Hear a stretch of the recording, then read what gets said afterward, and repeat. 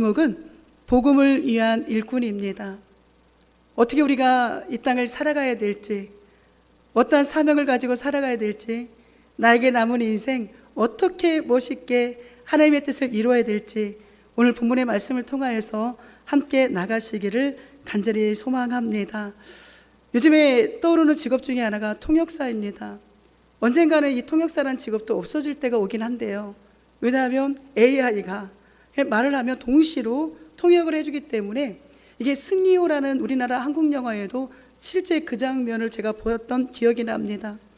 어쨌든 이 통역사의 역할은 굉장히 중요하지요. 네, 새롭게 하소서의 그 MC를 보는 가수 주영훈이라는 분이 그 말씀을 하시는 거예요. 자기는 별명이 한국어 통역사래요. 이게 한국어 통역사라는 말이 무슨 뜻일까? 한국 사람끼리 대화를 하는데 이해를 못한대요. 그래서 자신이 가운데서 이게 어떠한 뜻인가를 해석을 해준대요. 그 얘기를 듣고 참 많은 생각을 했습니다. 아, 그럴 수 있겠구나. 외국말도 아닌데 한국말인데 내 배우자가 하는 말을 오해할 수 있고, 내 자녀가 하는 말을 오해할 수 있고, 내 부모님이 하시는 말씀을 오해할 수 있고, 내 이웃의 누군가가 이야기하는 것을 오해할 수 있겠구나. 그래서 이 주영이라는 그 가수 MC가 나는 한국어 통역사입니다, 별명이 그렇습니다 라고 이야기했던 그 말이 어떤 의미인지를 알게 되겠더라고요.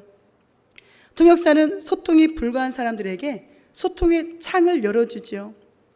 그러므로 통역사가 존재함으로 많은 유익이 있습니다. 그래서 이 통역사의 직업이 굉장히 중요한 직업 중에 하나이고, 세상에도 이 통역사는 굉장히 많이 필요합니다. 정상회담이 되었던, 오늘 제가 사진으로도 보여드리는 어떤 여행을 갔을 때에도 그 여행 안에 이 통역사들이 있다라면 안전하고도 즐거운 여행길이 되겠지요. 우리 신앙 안에도 마찬가지입니다. 신앙 안에도 하나님과 죄인에게 영적 통역사가 필요해요. 우리는 하나님의 단어를, 하나님의 말씀을 절대 모릅니다. 그렇기 때문에 하나님의 그 뜻을 알 수 있는 통역이 필요한데 그분이 바로 예수 그리스도이신 거죠.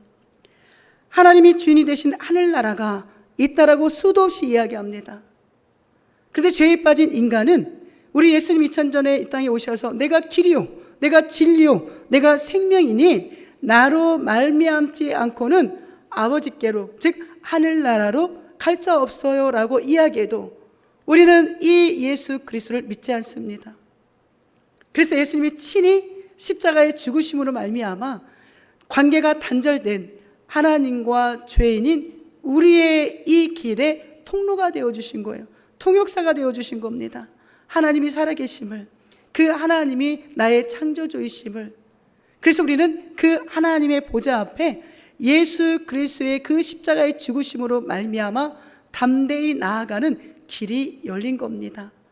잘 아시는 것처럼, 그래서 예수님께서 십자가에 죽으실 때 요한복음에 보게 되면 지성소와 성소를 연결하는 무엇이 위로부터 아래로 찢어졌죠? 휘장이 위로부터 아래로 쫙 찢어지잖아요. 그 얘기는 구약의 대제사장들이 매년 7월 10일 온 백성의 제문제를 가지고 하나님의 보좌인 그 지성소 앞에 나아가는데, 이제 누구나 예수 그리스도를 나의 구원자로 믿고 고백하게 되면 그 하나님 앞에 나아가는 길이 열린 겁니다. 그래서 하나님과 우리와 대화가 통하기 시작한 거예요. 우리 골로새서 1장에 보게 되면 그의 십자가의 피로, 즉 예수 그리스도의 십자가의 피로 화평을 이루었대요. 누가? 하나님과 우리가. 그리고 만물 곧 땅에 있는 것들이나 하늘에 있는 것들이 그로 말미암아 자기와, 즉 하나님과 예수님과 우리가 화목하게 됨을 기뻐하셨다라고 이야기합니다. 그래서 우리는 하나님 앞에 선민이요, 하나님 앞에 보배로운 자요, 하나님의 영광을 드러나는 하나님의 귀한 이 땅의 진정한 제사장의 사명을 감당하는 주님의 자녀들이 되는 것입니다. 그래서 예수님을 빼놓고는 어떠한 이야기를 할 수가 없는 거예요. 세상 사람들에게는 할 얘기가 많이 있지만 하나님을 믿는 우리는 예수 그리스도를 빼고는 어떠한 대화가 하나님과 이루어질 수 없습니다. 반드시 그 중간에 우리의 영원한 중보자가 되신 그 예수님을 통하여서 하나님과의 이 대화가 이루어지는 거죠. 그래서 오신 예수님만이 하나님과 죄인인 우리의 영적인 통역사, 구원자가 되신다라는 사실인 거죠. 우리가 에베소서를 지금 보고 있습니다. 6장으로 이루어졌지요. 6장을 쭉 이제 반복해서 읽어보시면 다 아시겠지만, 우리 1장에 보게 되면 어떻게 우리가 선택받았는가, 하늘의 신령한 복의 이야기가 등장을 합니다. 그래서 그 에베소서 2장에 보게 되면 사람의 행위가 아니라 전적인 예수 그리스도의 은혜로 말미암아 우리가 구원을 얻었음을 증거하죠. 그리고 3장에 나아가서는 그러므로 우리가 어떻게 전도해야 되는지, 그리고 4장부터는 우리가 이제 예수 안에서 새 사람이 되었지요. 그럼 교회 생활을, 가정 생활을, 사회 생활을 어떻게 그리스도인들이 해야 되는지에 대해서 정확하게 전하고 있는 것이 바로 에베소서 6장까지의 말씀입니다. 우리는 예수 그리스도 안에서 구원의 은혜를 받은 그리스도인입니다. 우리가 매주 광고 때마다 예수님 잘 믿으세요, 나는 그리스도입니다, 이 고백이 그냥 형식의 고백이 되면 안 되겠지요. 진짜 내가 예수님으로 말미암아 구원받은 예수를 믿는 그리스도인이구나, 이 자부심이 있어야 되고, 정말 예수님을 어떻게 믿어야 되는가를 우리가 서로 권면해 줄 수 있기를 소망합니다. 그래서 이 세상에 이제 이 복음을 전하는 예수님의 그 뒤를 이어서 영적인 통역사의 사명을 누가 감당해야 될까요? 나 깜짝 놀랐어. 갑자기 이렇게 얘기가 끝나자마자 김정리 사님이 딱 가슴에 손을 얹어서 저는 내가 하라고 앉았더니 여기를 살짝 긁고 계시네. 어쩌면 이렇게 타이밍이 누가 돼야 될까요? 딱 손을 정확하게 내가 하라고 알고 있구나. 내 자신이 영적인 통역사가 돼야 돼. 김순수 목사가 아니라 저를 비롯한 오늘 여기에 계신 우리 모두가 이 복음의 영적 통역사의 사명 감당하셔야 됩니다. 그게 멋있는 하나님의 자녀의 모습이죠. 우리 6절은 그렇게 시작합니다. 이는 이방인들이 복음으로 말미암아 그리스도 예수 안에서 함께 상속자가 되고 함께 지체가 되고 함께 참여하는 자가 됨이다라고 말씀을 증거하고 있죠. 우리가 이방인에게 이 복음의 통역사가 되어야 됩니다.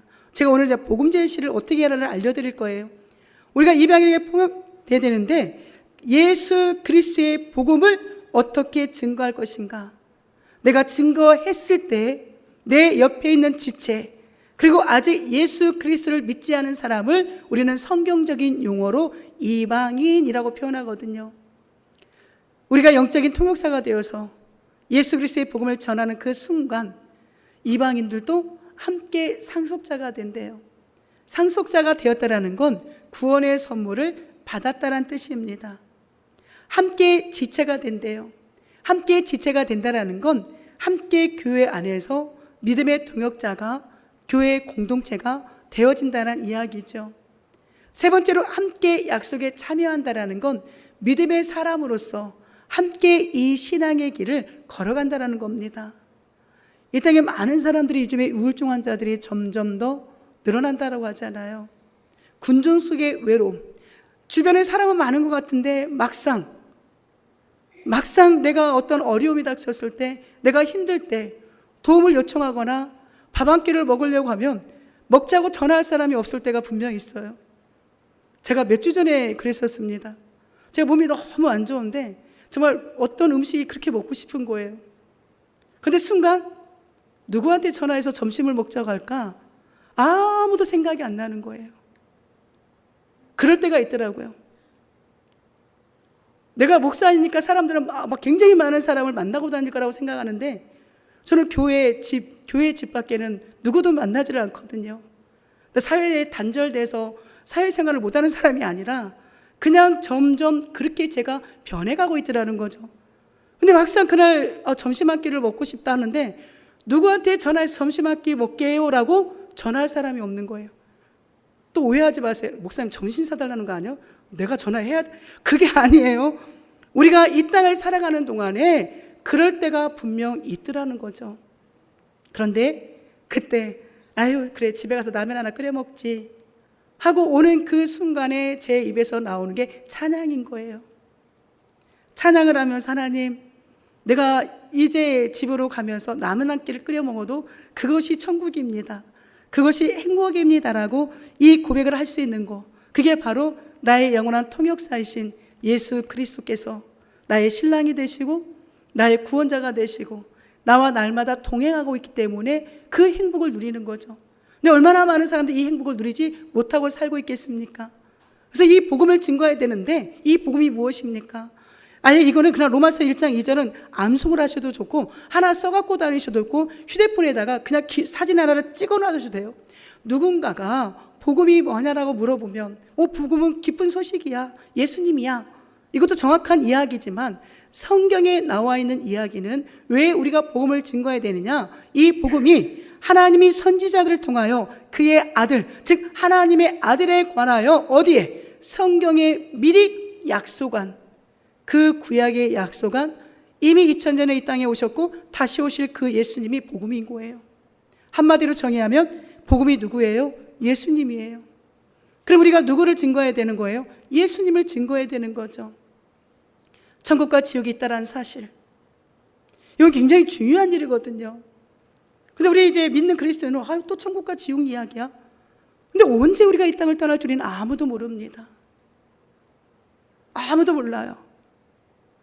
내가 이렇게 건강하고 있다라고 해도 사건, 사고로 언제 내가 이 땅을 떠나 가족과 이별을 해야 될지 우리는 아무도 모르게 있습니다. 근데 내 삶이 마치 1000년 만에 있는 것처럼 우리는 착각 속에 살아가거든요. 하나님이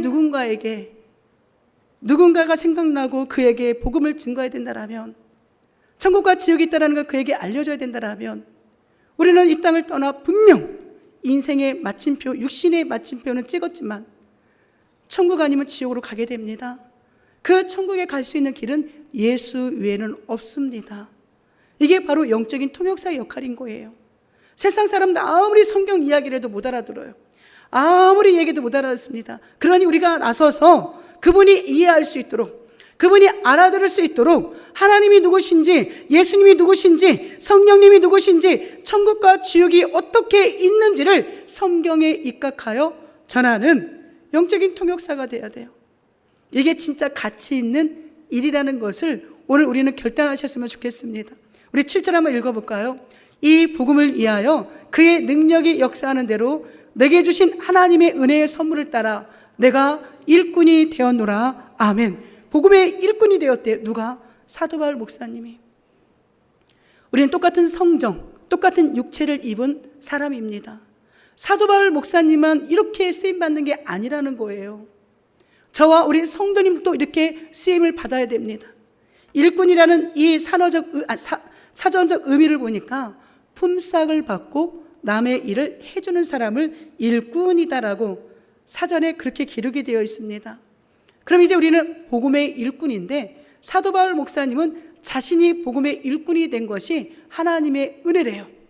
또 다른 말로 하나님의 선물이라고 합니다. 즉 우리는 예수 그리스도의 복음을 전하는, 하나님으로부터 모든 것을 공급받고 살아가는 하나님의, 예수님의 일꾼인 거예요. 내가 세상의 일꾼으로 살아가느냐, 예수님의 일꾼으로 살아가느냐, 이 두 가지 일꾼 중에 어디에 속해 살기를 원하시는지 결단하실 필요가 있는 거죠. 저는 감히 선포합니다. 나는 이 생명 다하는 그날까지 저는 예수님의 일꾼으로 살아갈 겁니다. 그게 얼마나 가치 있는 일인가를 알기 때문에 우리 사랑하는 성도님들도 그 가치 있는 일에 투자했었으면 좋겠습니다. 하나님께 투자하는 것은, 하나님께 바치는 것은, 하나님의 일꾼으로 살아가는 것은 결코 헛됨이 없기 때문에 우리 고린도전서 9장 14절에 보게 되면 사도 바울 목사님이 고린도 교회 성도님들께 이렇게 전하지요. 복음 전하는 자들이 복음으로 말미암아 살게 된다고. 즉 예수님을 전하면 예수님으로 말미암아 우리가 살아요. 나만 사는 게 아닙니다. 그 복음의 소식을 들은 상대방도 사는 거예요. 그래서 복음이신 예수님이 그렇게 중요한 겁니다. 그 복음이신 예수님을 만나야 우리의 삶이 기쁜 거예요. 그 복음이신 예수님을 만나지 않으면 우리는 늘 울상지고 낙심되고 좌절하고 염려와 근심 가운데 살아갈 수밖에 없거든요. 네, 예수님이 얘들아 너의 그 수고하고 무거운 짐을 다 내게 내려놔. 이게 1차적으로는 예수 그리스도를 믿고 천국 가야 된다. 2차적으로는 너희들의 삶 너무나 무겁잖아. 너희가 그거 다 감당할 수 없잖아. 그러니 주님께 맡기라는 거죠. 주님께 맡기시고 우리가 해야 될 일은 기쁨으로 살아가는 거예요. 반복적으로 이야기하지만 내 자녀가 날마다 나를 부모로 인정하면서도 불구하고 우울함 가운데 정말 낙심 가운데 살아가는 나라면 그 자녀를 바라보는 부모된 심정은 얼마나 아프겠냐라는 거예요. 하나님도 마찬가지인 겁니다. 사랑하는 성도 여러분, 예수님을 믿는다라는 건 예수님 때문에 행복할 수 있어야 돼요. 제가 지난주에 CTS 방송을 보는데 그때 어떤 집사님이 나오셔서 간증을 하더라고요. 그 옆에는 아들 박모세라는 20대 청년이 앉아 있었어요. 딱 보아도 어떤 정신적인 장애를 입고 있구나. 근데 짤막하게 그분의 간증을 이야기하면 아이를 임신했는데 태중에 있는데 온갖 장애가 다 있다라는 의사 선생님의 진단을 받은 거예요. 근데 하나님을 믿기 때문에 이 아이를 낳기로 결심합니다. 아니나 다를까 낳고 보니 듣지도 못해요. 말하지도 못해요. 지적 장애를 입고 태어났어요. 얼마나 그 슬픔과 그 아픔이 컸겠습니까? 근데 하나님 앞에 온 교인이 40일 작정기도 했대요. 이 아이의 들을 수만 있게 해달라고, 말할 수만 있게 해달라고. 근데 이미 의학적으로는 이 아이는 불가능으로 판명이 난 거예요.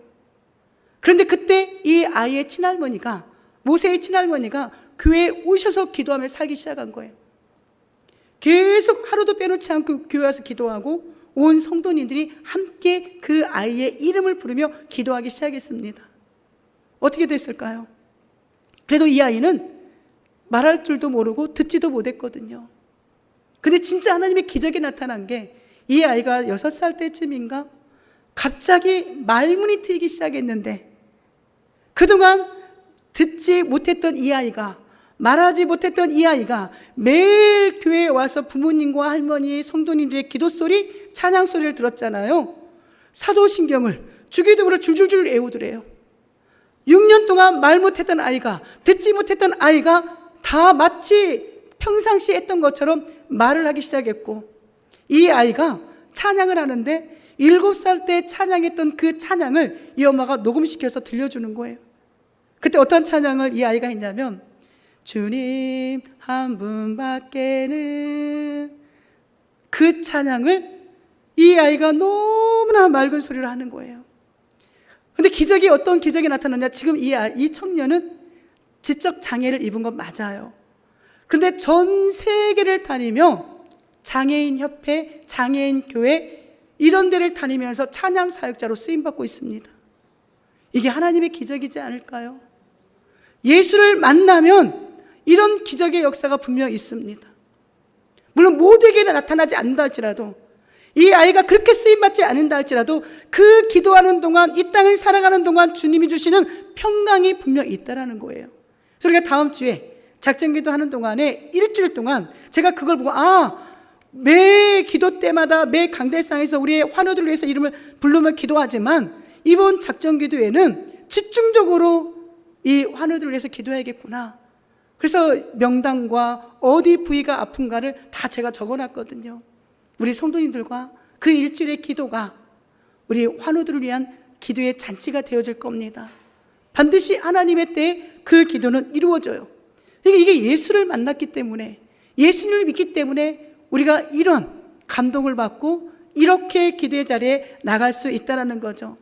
그러니 이 영생, 이 천국, 유일하신 참 하나님, 그가 보내신 자 예수 그리스도를 아는 것, 믿는 것이라는 이 복음의 메시지를 날마다 전할 수 있는 저와 우리 성도님들 되시기를 간절히 소망합니다. 이게 바로 서로가 사는 길이라는 거. 이 복음의 메시지가 선포되어질 때 내게 능력이 나타나는 거예요. 다른 것에 능력이 있는 게 아닙니다. 말씀에 예수 그리스도 안에 능력이 있다는 것, 이것을 우리가 누리며 살아갈 수 있기를 소망합니다. 아까 통역사들이 이렇게 정말 세계적인 통역사, 또한 그들이 속해 있는 곳에 통역사가 되게 하기까지, 어학의 달인이 되기까지 얼마나 피나는 공부를 했겠습니까? 남들 잘 때 자지 않고 아마 공부하고, 놀고 싶을 때 놀지 않고 공부했기 때문에 그 통역사의 직업을 갖게 되겠지요. 마찬가지지 않겠습니까? 우리가 영적인 통역사가 되는데 어떻게 나태하게 신앙생활하면서 그 통역사의 사명을 감당하겠습니까? 이 수레바퀴의 삶, 이 그림 너무나 잘 아시잖아요. 우리의 그리스도의 중심으로 예배자로서, 말씀으로서, 교제로서, 또한 섬김과 기도와 그 복음을 전파할 때 우리는 하나님의 전신갑주를 입는 십자가의 군사가 되는 거예요. 우리가 오늘 에베소서 3장만 보게 되지만 에베소서 6장에 보게 되면 하나님의 전신갑주를 입으라, 이게 명령입니다. 입어도 되고 안 입어도 되는 게 아니라 하나님의 전신갑주를 입으라는 에베소서 6장의 명령이 있어요. 그런데 가장 먼저 복음을 증거해야 될 저와 우리 성도님들이 구원의 확신을 가지고 사셔야 됩니다. 내가 오늘 밤 이 세상 떠나도 나는 예수 그리스도를 통하여 어디에 간다? 천국에 갈 수 있다라는 확신을 가지고 살아가시는, 그렇게 무장하시는 저와 우리 성도님들 되기를 간절히 소망하지요. 그때 우리에게 나타나는 게 오직 예수. 내가 원치 않는 질병이 와도 오직 예수. 내가 원치 않는 삶의 문제가 와도 오직 예수. 인생의 모든 문제는 어디 안에 있으니? 예수 안에 있으니. 믿고 기도하다 보면 세상 사람은 그거는 기도할 게 있고 기도하지 않을 게 있어, 그거는 가망이 없어. 그때 기적이 나타나는 거예요. 세상 사람들이 끝났다고 말하는 그때 하나님께 기도함으로, 예수님께 나아감으로 하나님은 그때부터 하나님의 일을 시작하시는 겁니다. 하나님을 만나면 끝난 거예요. 그래서 사랑하는 성도 여러분, 이미 우리 성도님들은 예수님 만나셨잖아요. 그럼 이제 예수님을 알지 못하는 이방인들에게 이 예수의 복음을 증거해야 되는데, 그 이방인이 내 배우자가 될 수 있습니다. 그 이방인이 나의 자녀가 될 수 있고, 그 이방인이 내 부모님이 될 수 있고, 그 이방인이 내 주변에 있는 어떠한 지인들이 될 수가 있겠지요. 그분들에게 예수 그리스도의 복음을 증거하는 영적인 통역사의 사명 감당하셔야 됩니다. 자, 전도지, 제가 장례식에 있을 때마다 이 전도지를 거의 제가 이제 뒷면에 실어드립니다. 왜 예수를 믿어야 되는가? 오늘 다 아시겠지만 이제 새로 교회를 나오신 분들도 계시고 그래서 제가 그 전도지에 있는 이 문구를 가지고 간단하게 설명합니다. 사람은 죄인입니다. 죄인은 심판을 받아야 돼요. 그 심판이 사망입니다. 이 죄 때문에 우리는 하나님과 관계가 단절된 거예요. 그래서 사람들은 범죄함으로 말미암아 누구의 곁을 떠났어요? 하나님의 곁을 떠나게 된 거예요. 그래서 성경이 이야기를 하기를 모든 사람이 죄를 범하였음에 하나님의 영광에 이르지 못한다. 로마서 3장 23절에 분명 제시합니다. 사람들은 하나님과 단절되고 나니까 마음이 공허합니다. 두려움이 찾아옵니다. 내가 죽고 나면 내 인생이 어떻게 될까? 이런 두려움이 찾아오죠. 공포심이 찾아오죠. 그래서 자신들 나름대로 죄인인 그들이 그 심판, 그 사망을 면해보고자 선행을 합니다. 다른 종교를 믿어봅니다. 도덕적으로 살아가려고 이야기합니다. 그러나 사도행전 4장 12장은 그렇게 이야기하죠. 천하 인간의 구원을 얻을 만한 다른 이름을 우리에게 주신 일이 없다. 예수 그리스도 외에는 구원의 길이 없다라고 성경은 분명 이야기합니다. 그러니 다른 종교로, 선행으로, 나의 공로로 천국 갈 수 있다라고 착각하시는 분들에게 그거 아닙니다라고 우리가 통역을 해줘야 돼요. 그들은 알아듣지 못하니까. 성경에 보게 되면 이렇게 기록이 되어 있습니다. 예수 그리스도 외에는 다른 이름을 우리에게 주신 일이 없습니다. 이게 통역인 거예요. 다른 게 통역이 아니라 하나님의 말씀이 통역인 겁니다. 하나님의 말씀은 살았고 운동력이 있어. 지금은 아무런 변화가 없는 것 같지만 혼자 있을 때, 성령이 역사할 때 그 말씀이 생각나요. 그 말씀이 그 사람을 어떻게 변화시킬지 우리는 아무도 모릅니다. 그래 하나님의 말씀으로 그들에게 통역해 줄 때 그들의 변화가 일어나게 되죠. 그에게 예수님만이 우리의 유일한 구원의 길이십니다. 하나님과 죄인인 우리, 심판의 자리에서 사망, 영원히 죽을 수밖에 없는 우리가 예수님이 십자가로 말미암아 죽으시고 3일 만에 부활하셔서 누구든지 그 예수님을 믿기만 하면 하나님과 하나가 됩니다. 화평을 이룹니다. 화목해집니다. 그래서 성경은 우리 예수님이 이 땅에 오셔서 그렇게 말씀합니다. 내가 곧 길이요 진리요 생명이니 나로 말미암지 않고는, 즉 십자가에 죽으시고 부활하신 예수 그리스도를 통하지 않고는 누구든지 아버지께 갈 자가 없대요. 이게 예수님이 우리에게 통역해 주신 하나님의 말씀입니다. 그래서 그 예수님을 우리 성도님들의 구주로 믿으셔야 돼요. 하나님만이 우리의 영원한 영생을 주시는 분, 심판받지 아니할 사망에서 생명으로 옮겨질, 그래서 예수님이 또 그 말씀을 하십니다.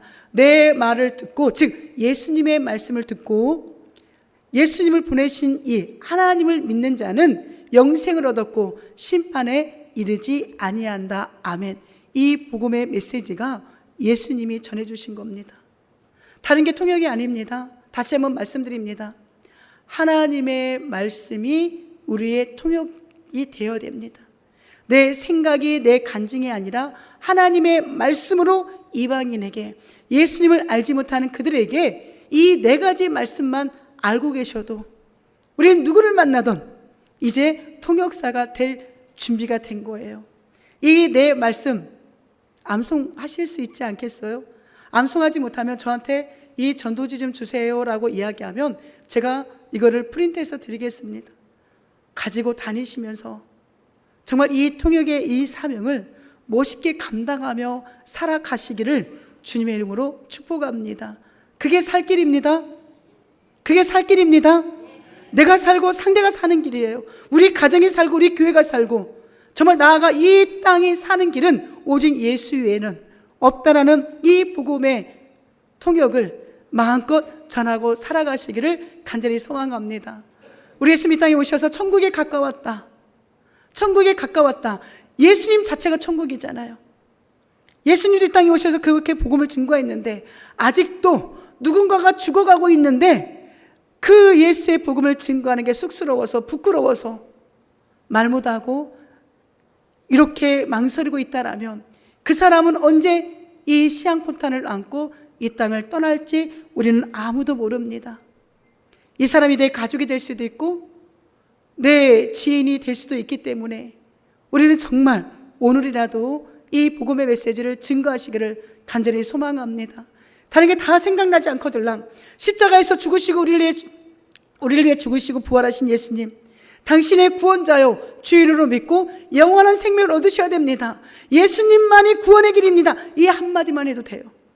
이게 진짜 영적인 복음의 메시지입니다. 그러니 오늘 이후로 어디를 가든지 예수님 믿으세요, 예수님 믿으세요 하실 수 있지요? 한번 해볼까요? 시작. 예수님 믿으세요, 예수님 믿으세요. 이게 우리의 자랑이 돼야 돼요. 이게 우리의 복음의 메시지가 돼야 되고 우리의 힘이 돼야 돼요. 이 예수님을 증거할 때 복음 전하는 자들이 복음으로 말미암아 산다라는 고린도전서 9장 14절의 말씀에 실제로 우리에게 능력이 나타나게 될 줄 믿습니다. 말씀을 마칩니다. 천국에 갔는데, 예전에도 몇 번 제가 말씀드렸잖아요. 천국에 갔는데 다른 사람들은 다 이 사람을 하나님의 은혜로 복음을 전해서 나의 복음을 듣고 그 예수님을 믿고 천국에 온 사람들이 많은데 나는 한 사람도 전도하지 못하고 천국에 갔다라면 누가 뭐라고 하지는 않겠지요. 그렇지만 얼마나 그게 부끄러운 구원이 되겠습니까? 우리가 부끄러운 구원 얻지 마시고 진짜 예수님 마음껏 증거하셔서 저 영원한 천국에서 내가 복음을 전한 그 누군가와 영원토록 행복을 누리며 살아가는 저와 우리 성도들 되시기를 주님의 이름으로 축복합니다. 아멘. 우리 가슴에 손을 꿇게 기도합니다. 나는 예수님을 전하는 복음의 일꾼으로 살겠습니다. 우리 다시 한번 고백합니다. 나는 예수님을 전하는 복음의 일꾼으로 살겠습니다. 아멘.